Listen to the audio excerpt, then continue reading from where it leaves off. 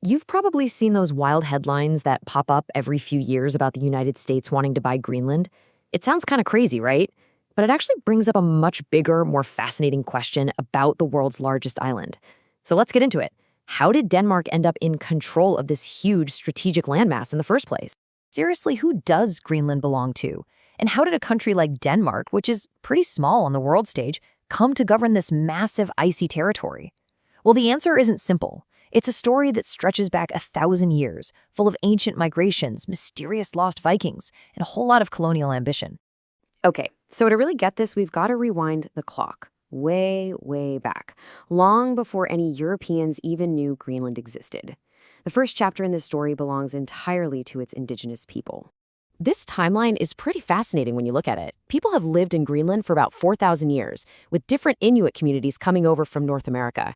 Now, the ancestors of the Greenlandic people today, they arrived around the 1200s. And here's the twist. Right around that same time, Norsemen, Vikings, led by the legendary Eric the Red, also showed up and started their own settlements. But then, fast forward to 1500, and the Norse are just gone. They completely vanished. And that mystery, believe it or not, would end up shaping everything that came next. And so this legend of the lost European settlement, this ghost colony of Vikings, became the perfect excuse for the Dano-Norwegian kingdom to turn its eyes toward Greenland.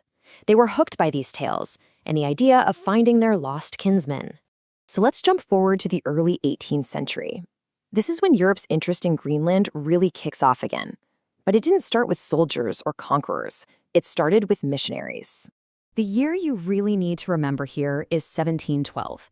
That's when a Christian missionary, a guy named Hans Egede, got backing from the Dano-Norwegian king and set sail for the island.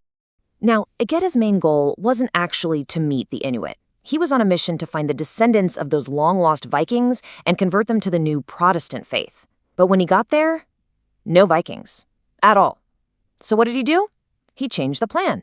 He decided he would convert the indigenous Inuit population instead.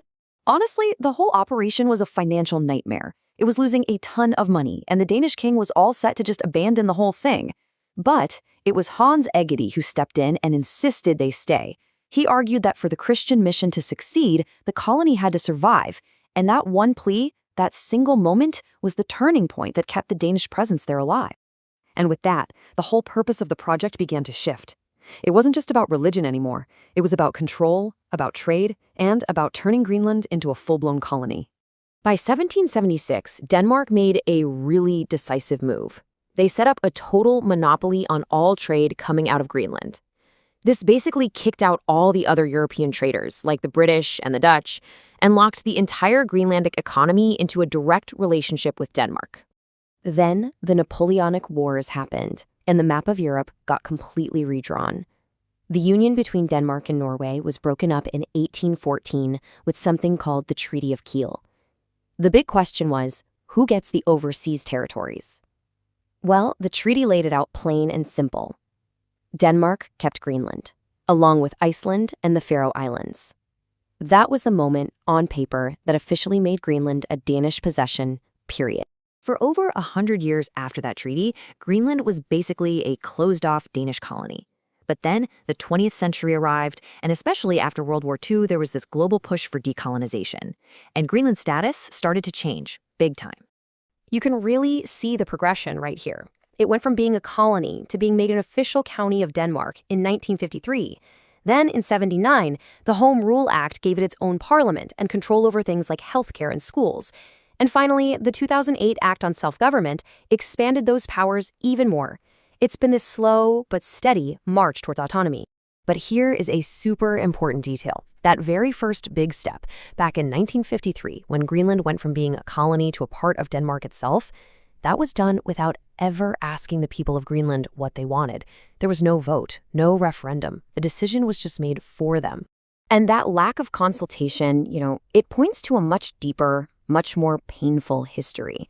For a long, long time, Denmark had this image of being a benevolent colonizer. But over the last few decades, a lot of investigations have uncovered a much darker pattern of control and exploitation. And we're not just talking about political control. This was a systematic attempt to completely change Greenlandic society. It meant suppressing local culture, and it meant plundering a very rare mineral called cryolite, which was vital for making aluminum back then, with all the profits going straight to Denmark. But it also involved some deeply disturbing social experiments.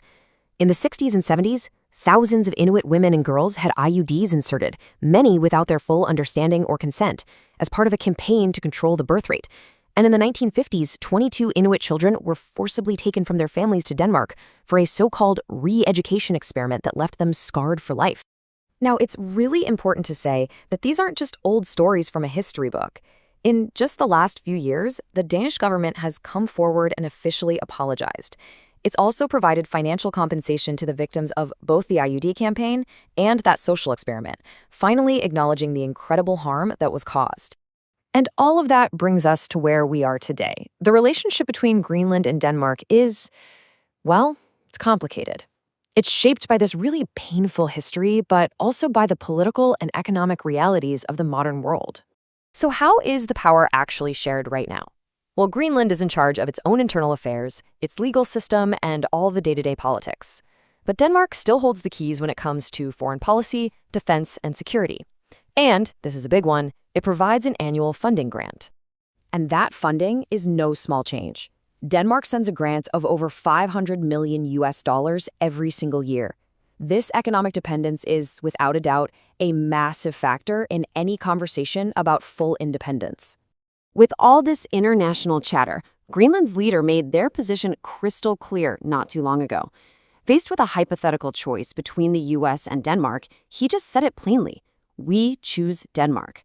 That's a really powerful statement about where their priorities and alliances lie right now. Which leaves us with the big final question. The push for independence in Greenland is very real, and it's growing. But the path to get there is tangled up in history, economics, and global politics.